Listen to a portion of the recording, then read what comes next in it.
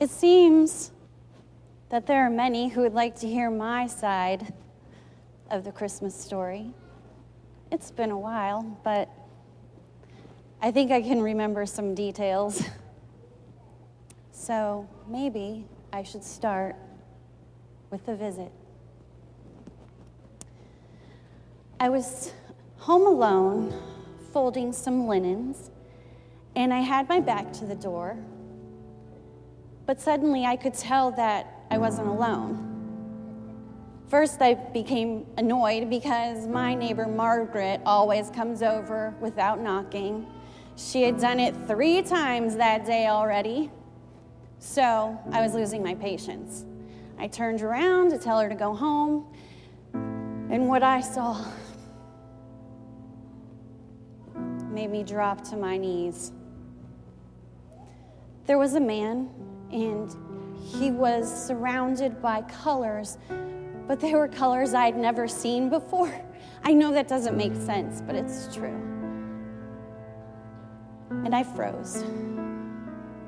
He looked at me and he said, "Mary, you have been chosen. You're the favored one." And before I could scream, he said, "Mary, do not be afraid." And then I wasn't. Why couldn't he have said that in the first place? His name was Gabriel, and he was an angel that had been delivered to send a message to me from God. He told me that I would become pregnant and give birth to a king. Now let's forget the fact that I'm not royalty, but it was impossible that I could possibly be pregnant. Impossible.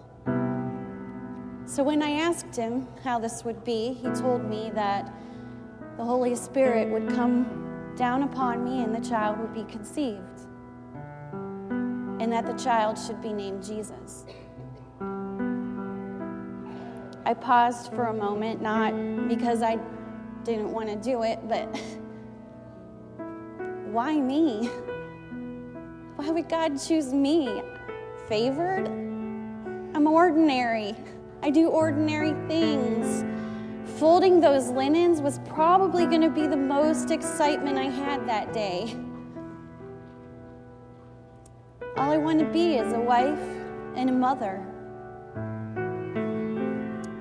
I don't like having attention attracted towards me, but I'm pretty sure that this situation would be an attention grabber.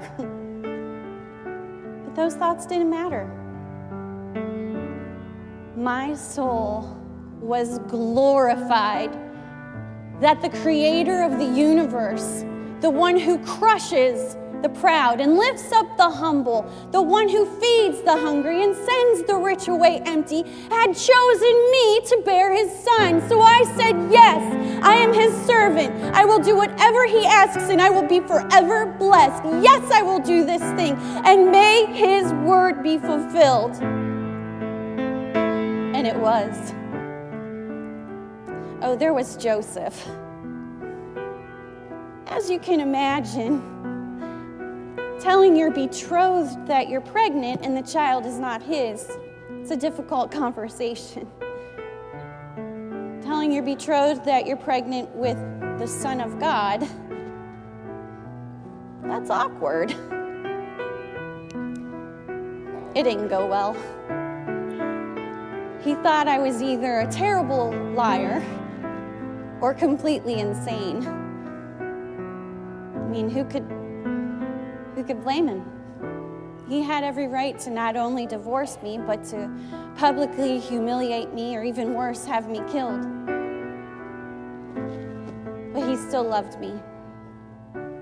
So to obey the law without causing me shame, he decided to divorce me quietly.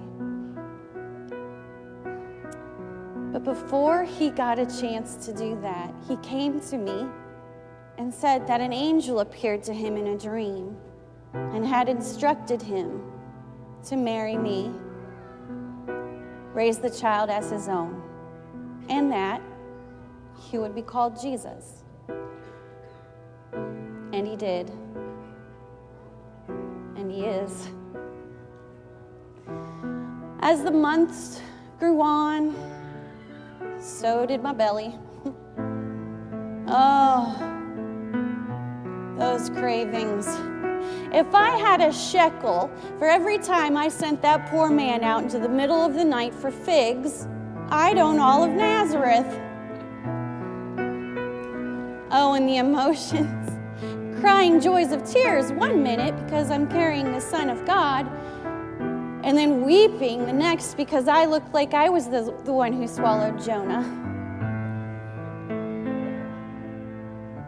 But we pressed on.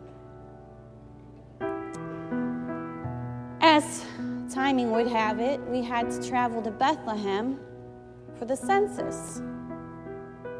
Now here I am, 9 months pregnant, riding a donkey for 90 miles. You can bet Joseph stocked up on figs for that trip. But as we got closer, I could tell that it was time for Jesus to be born, but I wasn't ready. This isn't how I planned it. He was supposed to be born in our home, in my bed. So we stopped at an inn. It wasn't home, but at least it's not a donkey. I stayed behind as Joseph went to talk to the innkeeper. And my heart sank as I saw the innkeeper shake his head. Joseph got angry and he began pointing at me, probably telling him that I was about ready to give birth. And I could tell on the innkeeper's face that he felt sorry for us. So he came up and he said, I have no room in the inn but to offer shelter. I can give you the stable. Stable? The Son of God was going to be born among filthy animals. I was sure that God was going to swoop down and grab us and carry us to someone safer, someplace cleaner. But he didn't. So as we got settled into the stable, I not only felt the pain become overwhelming, but fear. I mean, I had never given birth before. I didn't know if what I was doing was right or if I was going to die. And I felt like I was going to die. That's some of the things I think that God could have given me a pass on. So there was a lot of screaming, a lot of yelling. It was mostly me screaming at the cows and the sheep to shut up. And then suddenly, he was there. And then it didn't matter that I was in a stable, because that stable had become a palace. I had just given birth to a king. No, I had just given birth to the king. So I apologized to the sheep and the cows. After all, we were the intruders. Joseph went to get some cloths to swaddle Jesus, and when I smelled them, I recognized them. He had torn apart the bags that carried my figs. It's okay. I didn't need them anymore. So I held Jesus until he fell asleep. And then Joseph had to pry him out of my arms because I needed to rest whether I wanted to or not. And as Joseph was getting him settled into the manger, we noticed some men and boys rushing toward us. And we became frightened. Who were these people? I didn't want any strangers near my baby. Plus, I was in no mood for visitors. They were shepherds. As they got closer, They slowed down.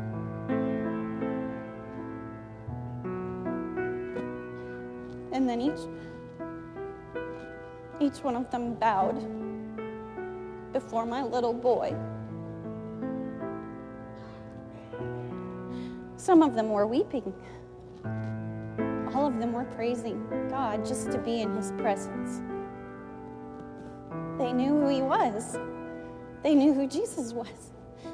And those are the moments that I will forever treasure in my heart.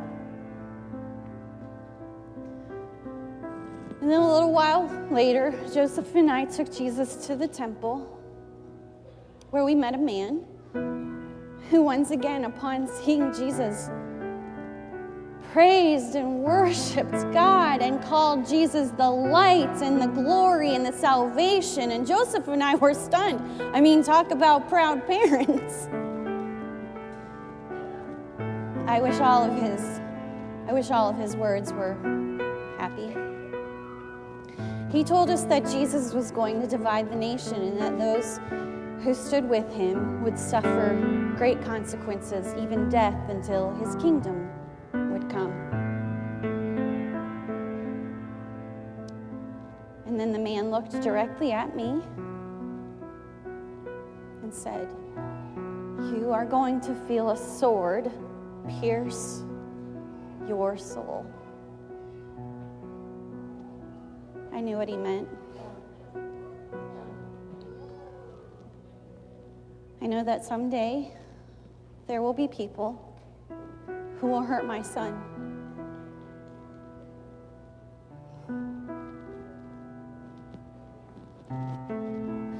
These arms won't be able to save him. But that's okay. Because I have to remind myself, I'm not here to save him. He's here to save me. My son is the Messiah. He is the Messiah, and he has come to save the world.